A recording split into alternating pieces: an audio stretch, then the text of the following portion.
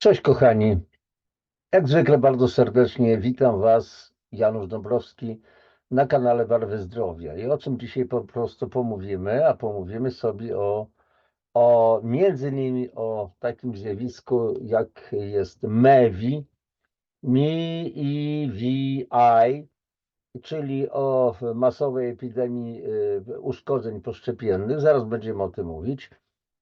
W kontekście tego, czy te faktycznie szczepionki, zwłaszcza covidowe, są bezpieczne, czy są niebezpieczne i tak dalej, jakoś tak w Polsce, że tak powiem, nie mówi się o tym szeroko, cicho sza.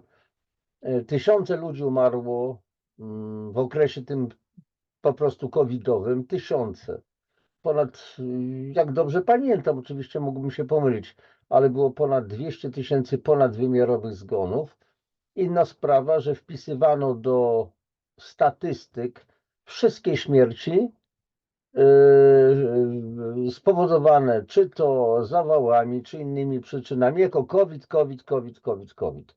No i system zaczął się dławić, bo sam napędził się, po prostu zaczął gonić własny ogonek. W takim razie, ale nie na ten temat będzie, po prostu nie będziemy o tym mówić. Powiemy sobie coś innego, co się dzieje w Stanach. Zawsze Stany Zjednoczone są dla nas przykładem czegoś dobrego, często bardzo niedobrego. Wiele mód przyszło ze Stanów Zjednoczonych, te głupie mody na fast foody, na inne rzeczy i tak dalej, na te szerokie portki, byle jakieś ubieranie modne, albo na porwane dżinsy, modne, a skąd to się wzięło? Z ubogich po prostu dzielnic, zamieszkałych przez biedotę, gdzie mama ma 10 dzieci, więc w związku z tym ciuchy ze starszego brata przechodzą na młodszego brata, te czapki do tyłu odsuwane i tak dalej, i tak dalej. Bo tak były te dzieciaki wychowane i nagle się wzięła moda.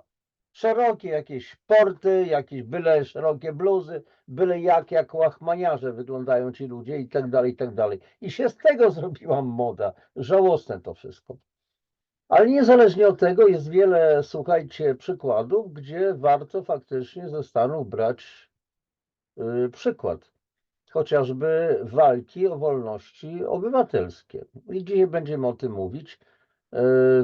Posłuchajcie, zobaczycie, że jest to możliwe. Tym bardziej, że jeszcze raz powtarzam, w Polsce o tym praktycznie się nie mówi. Wszyscy nabrali wody w usta. W tak zwanych mediach głównego nurtu, ja je nazywam menediami, N wielkie, menedia, nic się nie mówi. YouTuberzy bardzo znani też o tym nie mówią.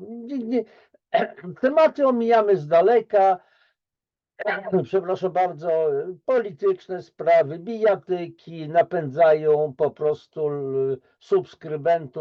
subskrybentów tym, którzy się tymi po prostu rzeczami zajmują, bo to podnieca. Wtłaczamy energię, dodajemy energię tym zjawiskom, którym nie powinniśmy dostarczać naszej energii.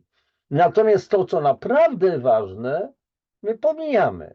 No, na moim kanale staram się podawać materiały, które bardzo trudno niejednokrotnie znaleźć w internecie. Ja lubię szperać, szukać, zapoznawać się i przedstawiać Wam. Kochani, więc ten kanał jest niszowy, nie dla wszystkich. Dzięki Wam zasięgi rosną, coraz więcej jest subskrybentów i dlatego bardzo Was proszę już na samym początku audycji o subskrypcję, o lajki, o komentarze, o po prostu propagowanie tego naszego, bo to już nie jest mój kanał, przecież tak prawdę mówiąc, to jest wasz kanał. Naprawdę nie chodzi o moje, wiecie, to jakieś robienie, przepraszam, takiej podpuchy, ale bez was nie byłoby tego kanału. No więc byłbym ja, Janusz Dąbrowski, jeden, jedyny i nie wiadomo dla kogo po prostu podałbym to wiedzę. A więc jest to wasz kanał, bo też współtworzycie. Pani Daria Carlson, inni, pani Iwonka Jagusiak, wiele innych, pani Agnieszka Cyptor. Słuchajcie, nie jestem w stanie wymienić wszystkich nazwisk, także wybaczcie mi za to, że nie wymieniam tylu fantastycznych ludzi, którzy tu są, obserwują, czasami wpisują tylko dziękuję i tak dalej. Takie niby drobne, ale to są liczące się rzeczy. Dobrze, ale przechodzimy do tematu. zanim zajmiemy się takim tematem głównym, to najpierw muszę wam coś po prostu przedstawić, uświadomić. Otóż będziemy mówić o MAGA. Z czym to się kojarzy? MAGA? MAGA? Make America Great Again. Uczyńmy Amerykę znowu wielką. Przywróćmy wielkość Ameryce. Make America great again. MAGA. Niejakiego pana Trumpa, tak? No, tym się człowiekiem nie będziemy zajmować. Natomiast istnieje MAGA Institute, czyli Make America Health Again, czyli zróbmy Amerykę zdrową znowu. Uczyńmy Amerykę ponownie zdrową. I teraz o co chodzi? Jest taki instytut, którego zadaniem stała się naprawa zepsutego amerykańskiego systemu opieki zdrowotnej, aby Ameryka znów była zdrowa. A więc w takim układzie, zobaczcie, oferujemy przywództwo akademickie, strategiczne, polityczne. Link do tego artykułu będzie oczywiście na dole. Jest to tylko przykład, że można coś zacząć robić.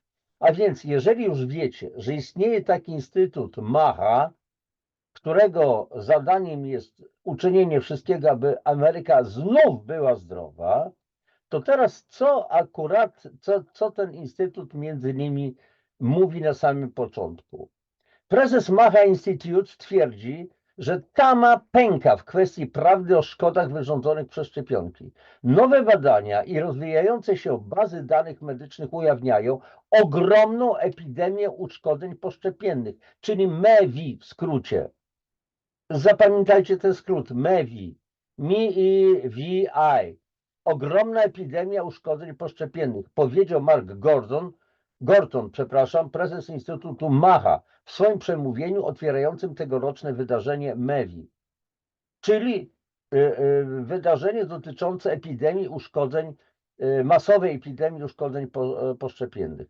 Gorton wezwał dziennikarzy do odwagi i pomocy w zapobieżeniu zachorowaniu pokolenia dzieci na szereg chorób neurologicznych i autoimmunologicznych. Zwróćcie uwagę, kochani, że ten artykuł ukazał się 13 marca 2026 roku. To jest absolutna świeżynka. Ja nagrywam tę audycję w marcu 2026. Niedawno. Instytut MAGA zorganizował w poniedziałek w Waszyngtonie całodniową dyskusję na temat masowej epidemii uszkodzeń poszczepiennych, w skrócie MEVI. W okrągłym stole MEVI, ogromna epidemia urazów poszczepiennych, wzięło udział ponad tuzin naukowców, lekarzy, prawników i aktywistów na rzecz wolności medycznej. Na rzecz wolności medycznej. To ja mam ewentualnie decydować o tym, jak mnie będą leczyć, czy będą mnie szczepić, czy też nie szczepić.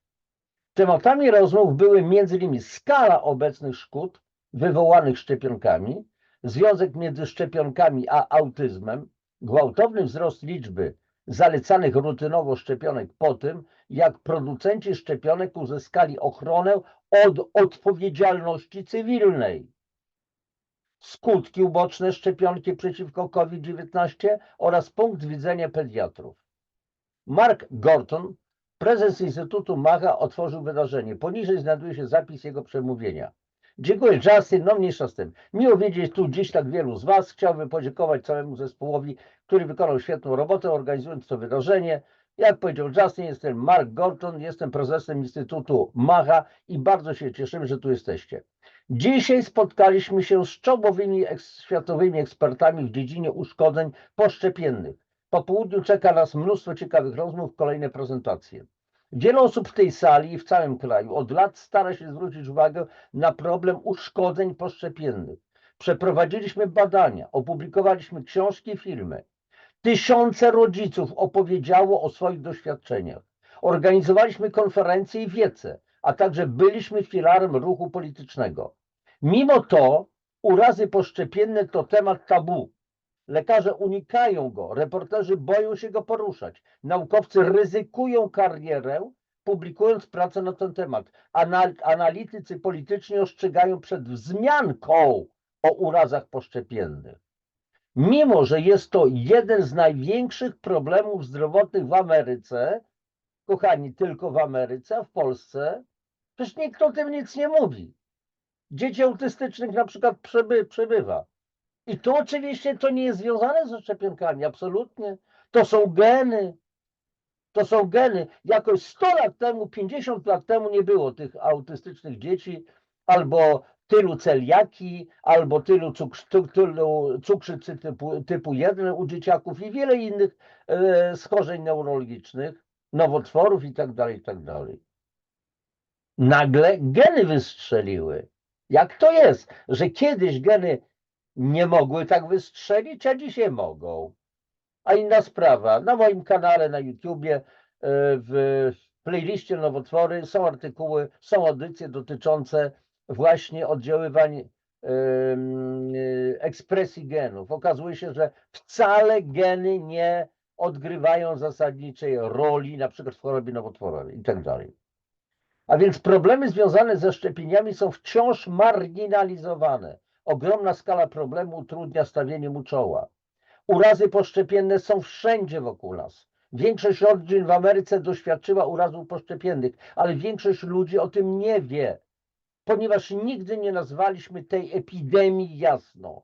Mówimy o epidemii chorób przewlekłych, ale niejasność tego terminu pozwala ludziom patrzeć prosto na problem, nie dostrzegając go. Ameryka zmaga się z ogromną epidemią powikłań poszczepiennych, ale bez nazwy ludzie nie są w stanie jej pojąć. A co jest w Polsce? Co jest w całej Europie? Określenie masowa epidemia uszkodzeń poszczepiennych jest trudne do wymówienia. Potrzebujemy czegoś bardziej chwytliwego. Stąd MEWI. Zapamiętajcie, kochani, ten skrót. MEWI. Zebraliśmy wybitnych ekspertów, aby wyjaśnili, jak wyglądają uszkodzenia poszczepienne, które choroby są najczęściej poszczepiennymi uszkodzeniami, a także skalę problemu. Ruch MAGA próbuje rozwiązać problem, nie mówiąc o tym głośno. Nie możemy oczekiwać, że stworzymy przestrzeń polityczną do zmiany głęboko skorumpowanego systemu opieki zdrowotnej bez jasnego pisania szkód. Przykładem Polska, kochani, a nie skorumpowano całego systemu medycznego, wielu lekarzy, personelu medycznego, wiele razy o tym mówię. Korupcja do szpiku kości. Dzięki nazwie ludzie mogą zacząć rozumieć problem. Nazwa może być narzędziem dla niezależnych mediów i mediów społecznościowych do komunikowania się na temat MEWI, czyli jeszcze raz powtórzmy, masowej epidemii uszkodzeń poszczepiennych. Jeśli uda nam się zachęcić wystarczającą liczbę osób do mówienia o MEWI i publikowania o MEWI, możemy sprawić, że społeczeństwo zacznie pytać, co to jest MEWI? A kiedy opowiemy im o ogromnej epidemii powikłań poszczepiennych, zrozumieją, dlaczego jesteśmy przeciwnikami szczepień i zaczną się zastanawiać, czy oni również powinni być przeciwnikami szczepień. Nasze społeczeństwo przez całe życie było przesiąknięte propagandą proszczepionkową. Wszyscy znamy tę historię. Szczepionki to jedno z największych osiągnięć nauki. Szczepionki odpowiadają za ogromną redukcję zachorowań, którą obserwowaliśmy w ciągu ostatnich 150 lat. Bez szczepionek plagi będą się rozprzestrzeniać po całym kraju. Wszystkie te historie są fałszywe i całkowicie zmyślone. Wielu ludziom trudno uwierzyć, że środowisko medyczne mogło się aż tak mylić. Pozwólcie więc, że zacznę od krótkiego wprowadzenia do opłakanego stanu naszego systemu opieki zdrowotnej. Poniżej znajdują się wypowiedzi lekarzy będących na szczycie hierarchii zawodowej. Marcia Angel była redaktorką naczelną New England Journal of Medicine, najbardziej prestiżowego czasopisma medycznego w USA, powiedziała: po prostu nie da się już wierzyć w większość publikowanych badań klinicznych, ani polegać na osądach zaufanych lekarzy czy autorytatywnych wytycznych medycznych. Nie czerpię przyjemności z tego wniosku. do którego powoli niechętnie doszłam przez 2 dekady pracy jako redaktor New England Journal of Medicine. Richard Horton był redaktorem naczelnym The Lancet, najbardziej prestiżowego czasopisma medycznego na świecie. Powiedział: wiele literatury naukowej, być może nawet połowa, może być po prostu nieprawdziwa. Niech te cytaty dotrą do ciebie. System medyczny jest po prostu niegodny zaufania. Wniosek z tego jest taki, że każdy powinien krytycznie przemyśleć każdą opinię systemu medycznego. Podejrzewam, że słyszeliście już o obaleniu teorii, że szczepionki powodują autyzm.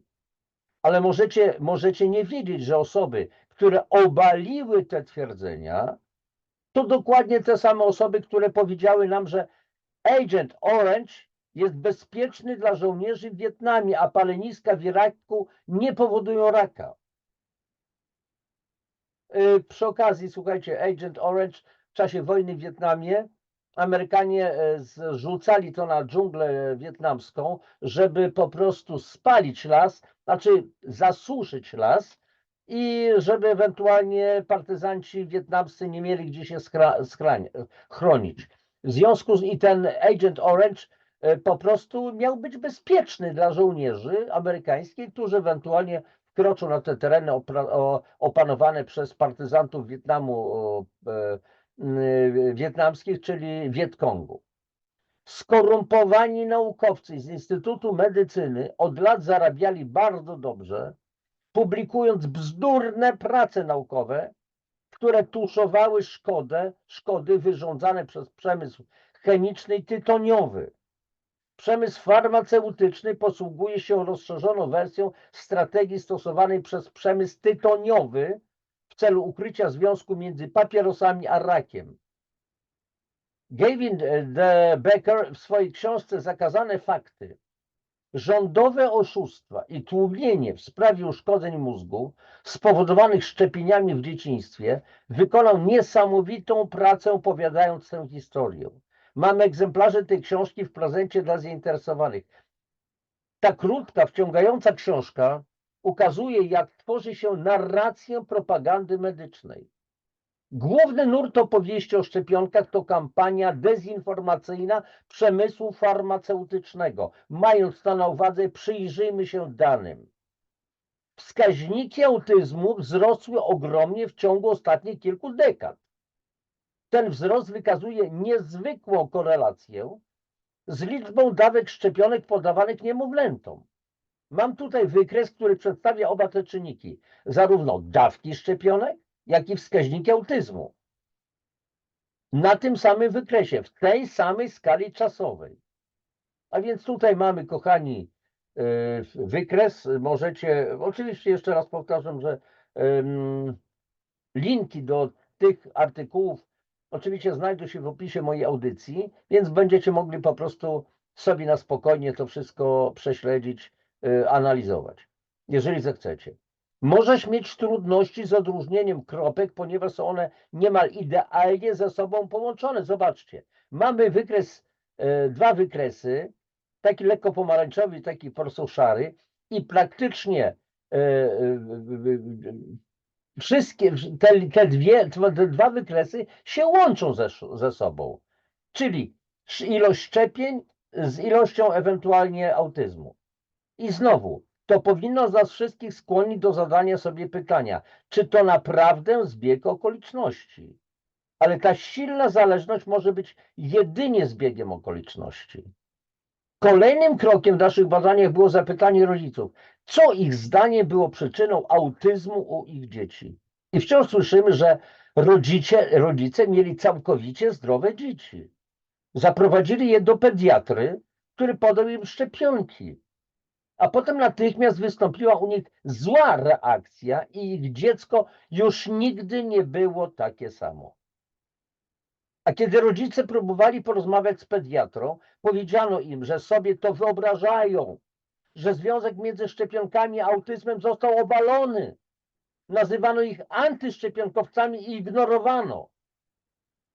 Tak, nazywano ich foliarzami, Ja akurat też obelg i z pewnością wy, kochani, też nasłuchaliście się wiele.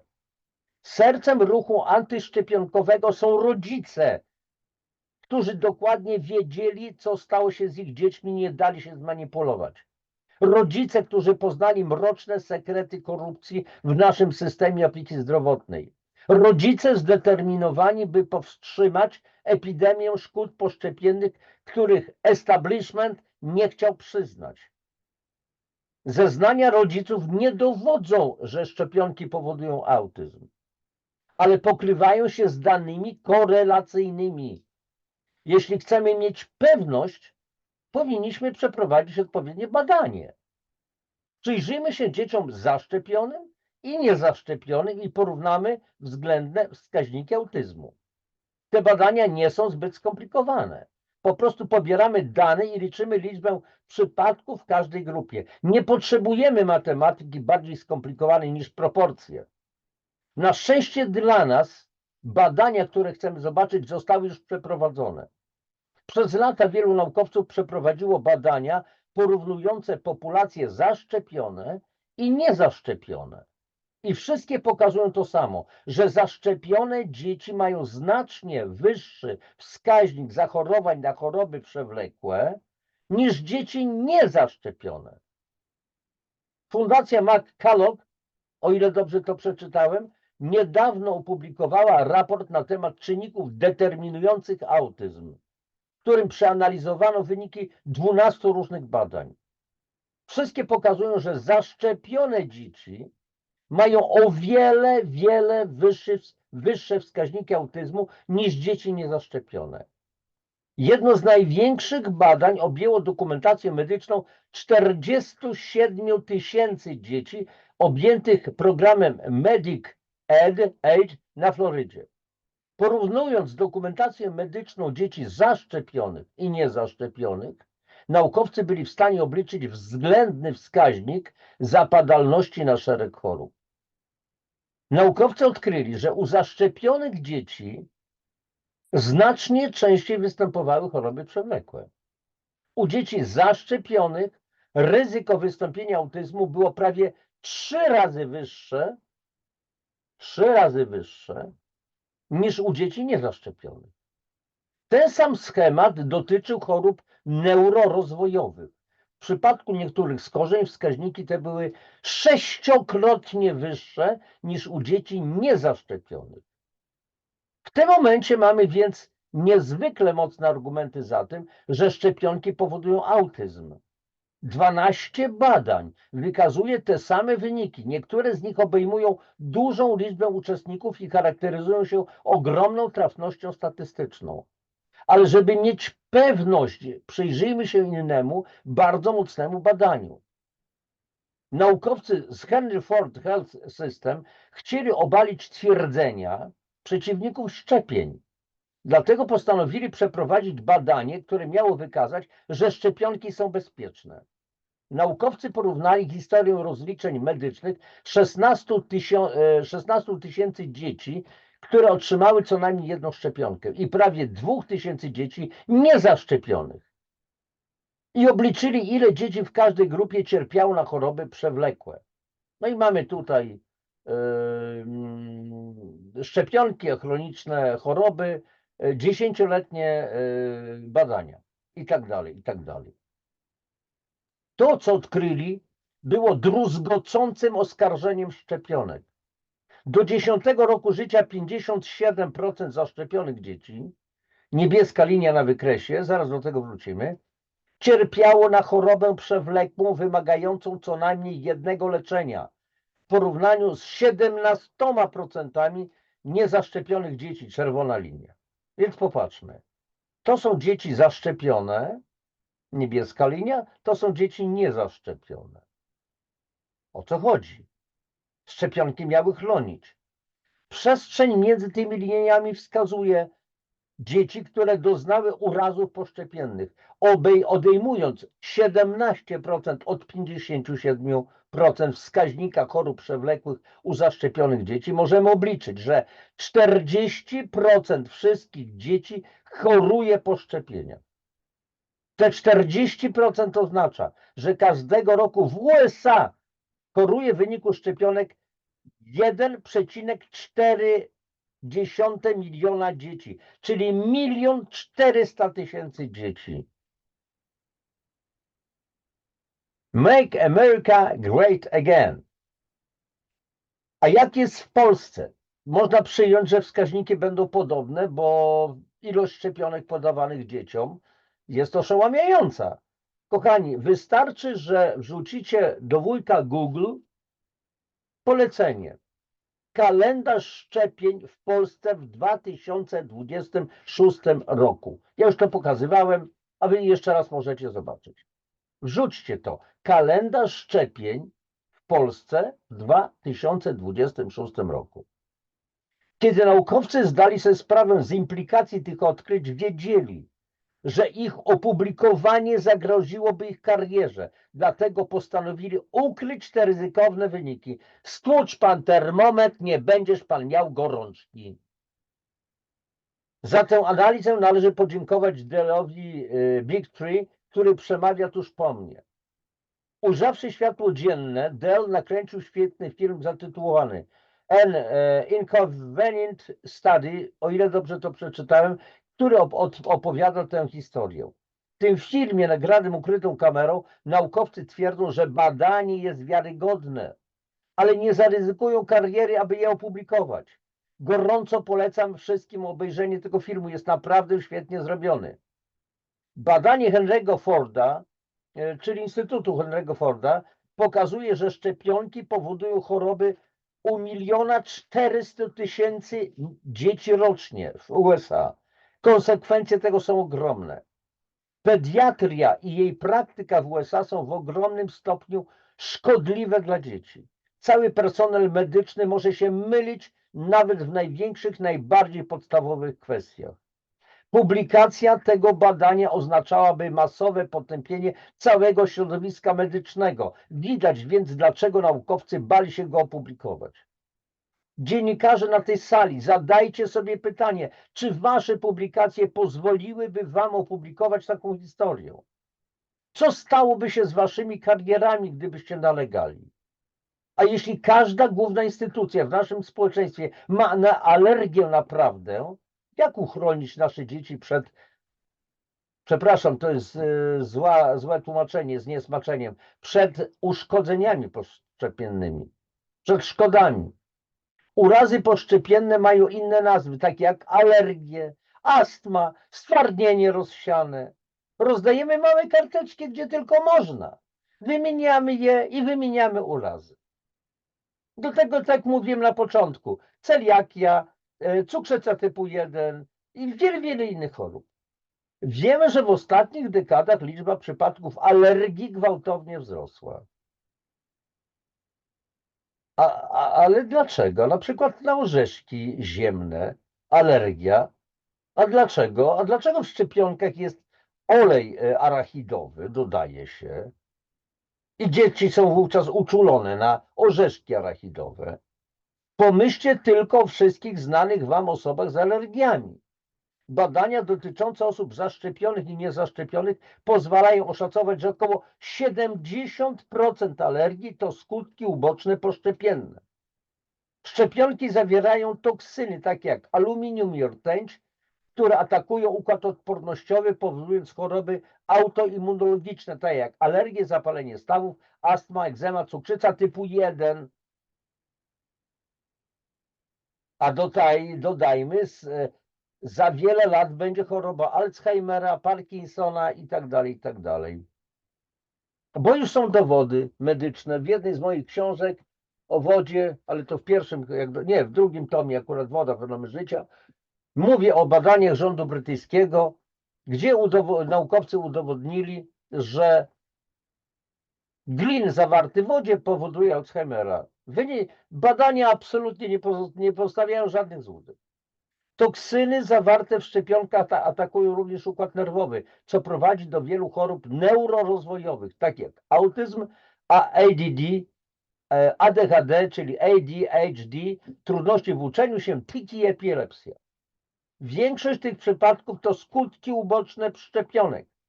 Gdy nauczysz się rozpoznawać uszkodzenia poszczepienne, zobaczysz je wszędzie wokół siebie.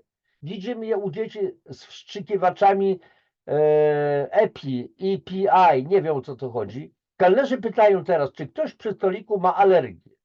Widzimy je w stale rosnącej liczbie klas z dziećmi z niepełnosprawnością intelektualną. Jesteśmy świadkami zatruć toksycznymi metalami w całej populacji. Kochani, sądzicie, że może w Polsce jest lepiej?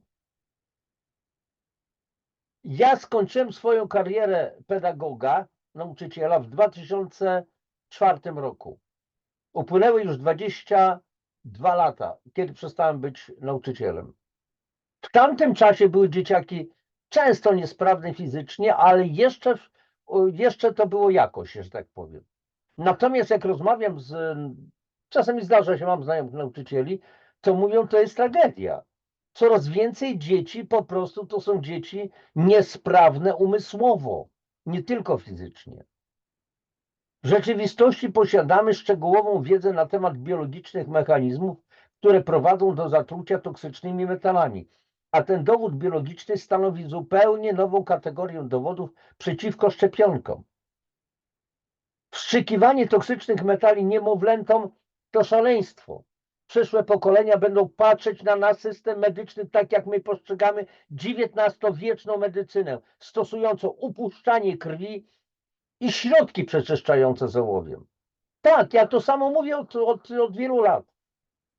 Za ileś tam, nie wiem, za 20-50 lat będziemy mówić o dzisiejszych czasach jako o epoce barbarzyństwa, bestialstwa wręcz.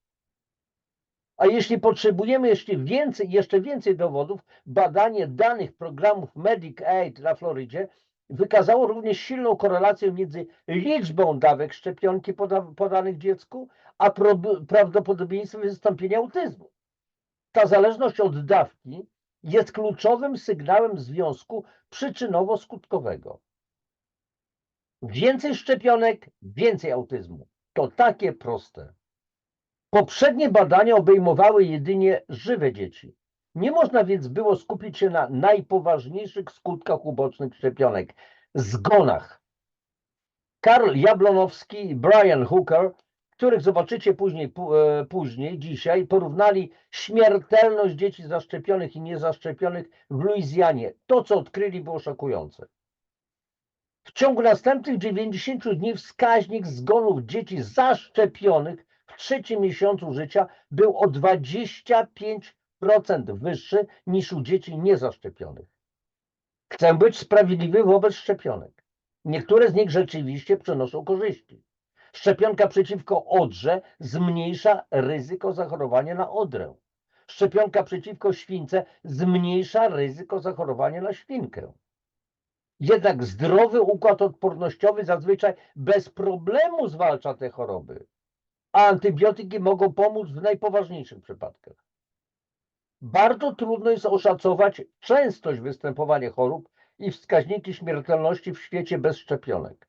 Biorąc jednak pod uwagę postęp w medycynie i powszechną dostępność antybiotyków, powszechna dostępność to też jest przekleństwo, wydaje się mało prawdopodobne, aby choroby, przeciwko którym szczepimy dzieci, zabijały więcej niż kilkaset dzieci rocznie, gdybyśmy zaprzestali szczepień.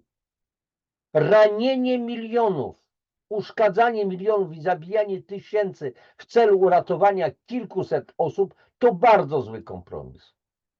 Dzieci niezaszczepione są o wiele zdrowsze od dzieci zaszczepionych. Zwolennicy szczepień nie tylko zaprzeczają szkodliwości szczepionek, ale także twierdzą, że szczepionki są przyczyną spadku zachorowań na choroby zakaźne, jakie obserwujemy na przestrzeni ostatnich 150 lat. Jednak ten wykres pokazuje, że większość tego spadku nastąpiła przed wprowadzeniem szczepionek. Zatem szczepionki nie mogły być odpowiedzialne za tę poprawę stanu zdrowia. Kochani, wystarczy tylko dokładnie to przeanalizować. Ja tego nie będę robił, jeżeli będziecie chcieli, przyjrzyjcie się temu wszystkiemu bardzo dokładnie. Wskaźniki śmiertelności z powodu tych chorób nadal spadają od czasu wprowadzenia szczepionki, ale podobnie było w przypadku szkarlatyny. na którą nie ma szczepionek. Górna linia tego wykresu przedstawia wskaźniki szczepień przeciwko ospie prawdziwej w XIX wieku. Dolna zacieniowana część pokazuje zgony z powodu ospy prawdziwej. Zauważysz, że liczba zgonów z powodu ospy prawdziwej spadła wraz ze spadkiem wskaźników szczepień. Więc szczepionka nie mogła być odpowiedzialna za spadek zachorowań na ospę prawdziwą. Tu następne po prostu diagramy i wykresy.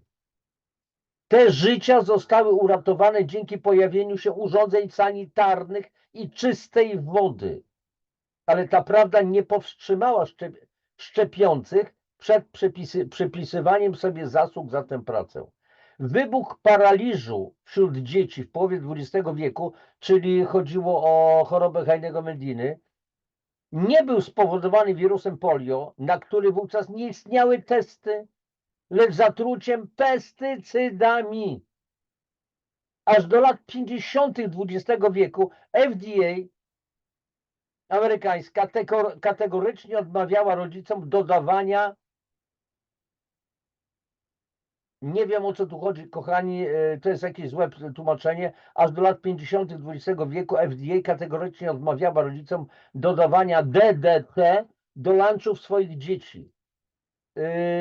Nie umiem tego tutaj wytłumaczyć, o co to dokładnie chodzi. Rzekomy sukces szczepionki przeciwko polio był ogromnym, czyli wirusowi, chodzi o chorobę Heinego-Mediny. Rzekomy sukces szczepionki przeciwko polio był ogromnym oszustwem medycznym i mistrzowskim zabiegiem PR-owym. Władze uznały, że szczepionka przeciwko polio odniesie sukces jeszcze zanim została opracowana. Po wypuszczeniu szczepionki zawężono kryteria klasyfikowania paraliżu jako choroby wywołanej przez polio i przestano płacić lekarzom za klasyfikowanie przypadków jako polio. Zamiast nazywać paraliż polio, lekarze zaczęli nazywać go ostrym, wiotkim zapaleniem rdzenia kręgowego. Zmiany w polityce te praktycznie zagwarantowały, że władze będą mogły odgłaszać spadek zachorowań na polio, nawet jeśli szczepionki nie przyniosły żadnych efektów. W Indiach obecnie 97% dzieci otrzymuje szczepionkę przeciwko polio.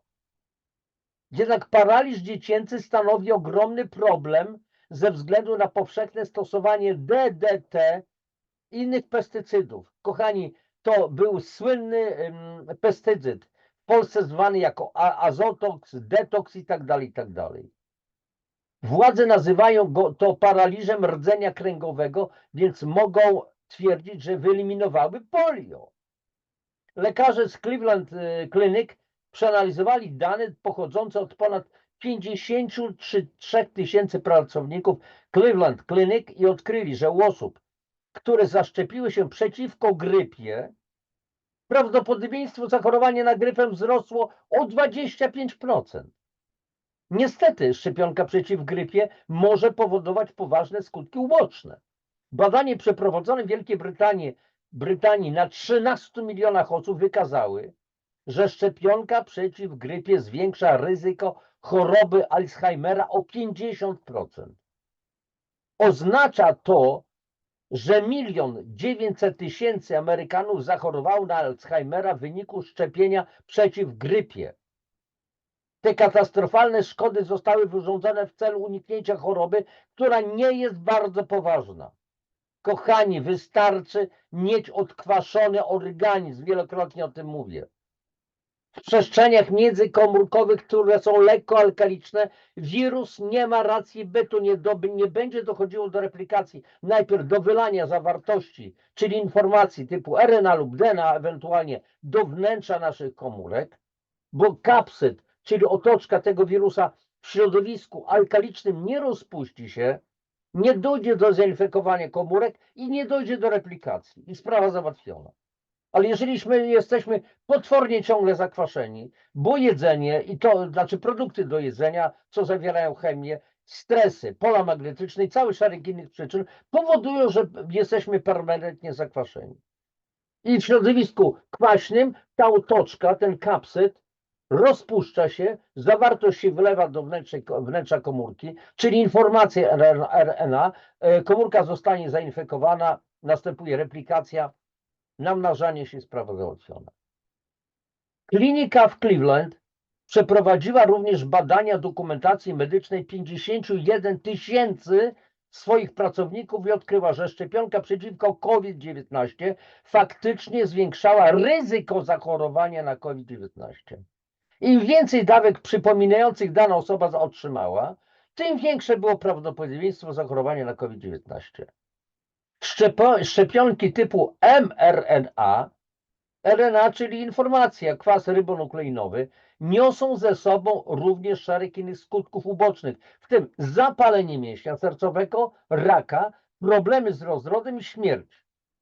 Dziś po południu mamy cały panel poświęcony wyłącznie szczepionkom mRNA. A wiecie, że planowane są szczepionki wziewne, a więc można sobie rozpylać, nie musi być kłójka.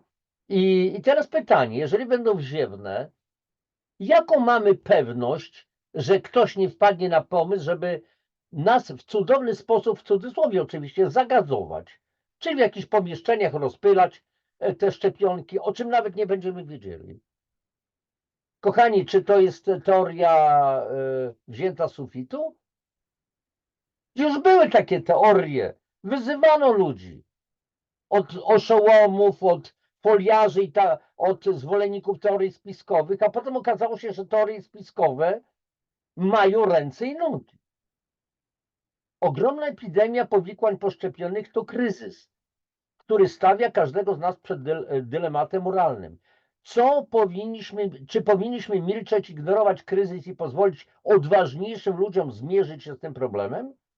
Czy może zajrzeć w głąb siebie i znaleźć odwagę, by zabrać głos i rzucić wyzwanie ludziom i instytucjom, które dopuściły się oszustwa szczepionkowego, a tym samym uratować kolejne pokolenie amerykańskich dzieci?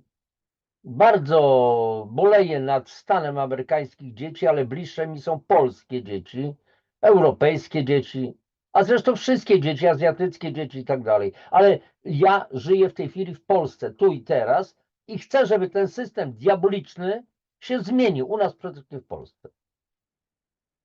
A więc tym samym uratować kolejne pokolenie amerykańskich dzieci przed epidemią zatrucia szczepionkowego. Należy znieść kalendarz szczepień dzieci i wycofać z rynku wszystkie szczepionki, dopóki nie zostanie udowodnione, że są bezpieczne i skuteczne. Zniesienie obowiązku szczepień dzieci będzie szokiem dla wielu osób. Służba zdrowia będzie krzyczeć, że plagi ogarną cały kraj. Musimy odpowiedzieć na fakt, że plaga zatruć szczepionkowych już nas dotyka, że 1 400 000 dzieci w USA choruje każdego roku, a widmowe plagi, o których mówią, nie są już śmiertelne.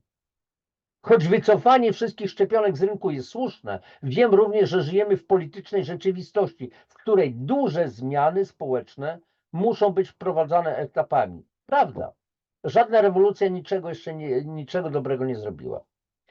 Jedną ze zmian, którą można by łatwo wprowadzić, byłoby opóźnienie podawania szczepionek do momentu, aż dzieci osiągną wiek 4 lub 5 lat. Tak, bo to jest czas na wykształcenie się układu odpornościowego dziecka. A w jaki sposób ewentualnie wzmocnić układ odpornościowy dziecka, a nie zadbać o stan jelita? Przecież jelito to jest ponad 80% mocy układu odpornościowego. A co niszczy jelita? A trzeba byłoby wyeliminować, przepraszam, żarcie, które niszczy to jelito. A może podawać probiotyki wysokiej klasy, kolostrum, które wzbudza, zwiększa moc, zwiększa po prostu odporność ludzi i tak dalej, i tak dalej. Nie da się tego zrobić? Wszystko się, kochani, da. Małe dzieci są znacznie bardziej wrażliwe na toksyny zawarte w szczepionkach, dlatego samo opóźnienie podania szczepionek mogłoby znacznie ograniczyć najgorsze skutki uboczne. Wiele osób będzie oszołomionych, gdy dowie się, że szczepionki były oszustwem popełnionym na narodzie amerykańskim. Tylko na narodzie amerykańskim? Zaufanie do establishmentu zostanie utracone. Instytucje, które przez lata szerzyły fałszywą propagandę szczepionkową, stracą wiarygodność. Ludzie stracą pracę. Instynkt zaprzeczania i tuszowania będzie silny. Jednak cena bezczynności powoduje, że każdego roku choruje w Stanach 1 400 000 dzieci. Cieszę się, że widzę tu dziś tak wielu przedstawicieli prasy. Przykro mi, że zrzuciłem na was prawdziwą historię szczepionek. Doskonale wiem, że wiele z waszych firm nadal stosuje surową politykę redakcyjną promującą szczepienia. Zaledwie w zeszłym tygodniu The New York Times opublikował niepodważalne fakty i pewniki dotyczące cudów szczepionek przeciwko COVID-19. Szczepionki mRNA to niewątpliwie katastrofa dla zdrowia publicznego. I znów dziś po południu odbędzie się panel dyskusyjny, który szczegółowo o tym powie. Mam bardzo bliskiego członka rodziny, który został unieruchomiony przez szczepionki przeciwko COVID-19. Ufał mediom głównego nurtu. Media. Przyjmował dawkę przypominającą za dawką, i to go okaleczyło. Kiedy twoje publikacje, dziennikarzu, nawołują do toksycznych szczepionek, wywołujesz odrazę u swoich czytelników. Rozumiem, że obecnie każda historia jest przepuszczana przez filtr polityczny, a przyznanie się do jakiegokolwiek problemu ze szczepionkami oznacza implicite uznanie, że sekretarz Kennedy i prezydent Trump mogli mieć rację w jakiejś sprawie. Ale dopóki wasze publikacje nie przyznają, że istnieje ogromna epidemia powikłań poszczepiennych, będziecie współwinni zarażania rodzin, osób, które najbardziej wam ufają. W Polsce jest to samo. Jest wielu dziennikarzy, którzy nie mają zielonego pojęcia, a mówią to, co mówią. Promują szczepienia, nie mając o tym zielonego pojęcia. Kto im płaci za to? Czy robią to z dobrej woli?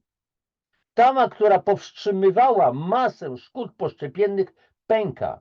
Departament Zdrowia i Opieki Społecznej zlecił ponad 100 badań nad szkodami poszczepiennymi. A kiedy prawda wyjdzie na jaw, ryzykujesz, dziennikarzu, że twoje publikacje stracą na wiarygodności, która spadnie poniżej dzisiejszych i tak już mizernych wyników sondaży zaufania do mediów. To, co widzicie, mam na myśli w przypadku badań, które tu przytoczyłem, to dane z Cleveland Clinic i Florida Medicaid. W wielu miejscach w tym kraju mamy teraz ogromne bazy danych dokumentacji medycznej ludzi. Dziesiątki, setki tysięcy, miliony osób w bazie danych. Dzięki informacjom zawartym w tej jednej bazie danych można teraz przeprowadzić analizę przedstawioną w badaniu, zrobić to bez większych trudności. Mamy teraz departamenty zdrowia i gubernatorów w wielu republikańskich stanach, którzy są otwarci na przeprowadzanie takich badań. Mamy teraz systemy szpitalne, które są gotowe to rozważyć. Nie musimy już polegać wyłącznie na rządzie federalnym w kwestii przeprowadzania tych badań. Tak czy inaczej te badania nadchodzą. Mam nadzieję, że w Polsce, kochani, też to się stanie. A prasa głównego nurtu musi zrozumieć, że to, co słyszycie dzisiaj, to kanarek w kopalni węgla. Twoja publikacja, dziennikarzu, powinna zastanawiać się, jak wydostać się z dołka, w który wpadła. Może przewodzić zmianie narracji albo kurczowo trzymać się nieudanej narracji i patrzeć, jak jej wiarygodność jeszcze bardziej topnieje. A dla tych z Państwa, którzy zajęli się dziennikarstwem, aby pomagać ludziom, jest to okazja, aby ostrzec opinię publiczną i uchronić pokolenie dzieci przed zachorowaniem na szereg chorób neurologicznych i autoimmunologicznych. To szansa, by ujawnić prawdę o ogromnym oszustwie. Bądź odważny, dąż do zmiany, spełniaj najwyższe aspiracje zawodowe. Dziękuję bardzo. To było przemówienie pana Gortona. Jest w oryginale oczywiście i tak dalej. Zatrzymuję to już udostępnienie i kochani, nie dziwicie się chyba moim emocjom, bo ja jestem człowiekiem bardzo emocjonalnym. Nie ma we mnie zgody, po prostu brak mojej zgody na łotrostwo, na szalbierstwo, na kłamstwa, na życie w hipokryzji, na draństwo. Sami to doskonale rozumiecie. I nie byłoby was tutaj, gdybyśmy byli inni. A więc myślimy podobnie. Jesteśmy po prostu kompatybilni pod tymi względami. I teraz o co chodzi? Chodzi o to, żeby, słuchajcie, te informacje podawane przeze mnie w tej chwili, to co nie są moje oczywiście, wyszukuję je tylko, żeby docierały do jak największej liczby ludzi. Dlatego prośba o to, żeby tymi linkami dzielić się z innymi, jak najszerzej to udostępniać. W naszym świecie, tu na kuli ziemskiej, zachodzą z każdym dniem coraz większe zmiany. Myślę, że to czujecie, widzicie. Dochodzi do zmiany. Prawda was wyzwoli, powiedział kiedyś pewien człowiek. A więc chodzi o to, żeby zacząć stawać w absolutnej prawdzie. Może się Dąbrowski myli, może się pan Gorton myli, ale w czym? To my fałszujemy wyniki badań? Ja nie mam żadnych badawczych instytutów. Pan Gorton się myli? On ma do dyspozycji w takim razie naukowców, lekarzy z nim współpracujących, uczciwych naukowców i uczciwych lekarzy. W Polsce też są tacy. Wielu wspaniałych lekarzy, wspaniałych naukowców. I wiecie doskonale, pod jakim ostrzałem od razu znajdują się ci naukowcy uczciwi i lekarze uczciwi. Odbiera im się prawo wykonywania na przykład zawodu. Stają się atakiem hejtu niemożliwego, prowadzonego przez media głównego nurtu i tak dalej, wyśmiewani i tak dalej.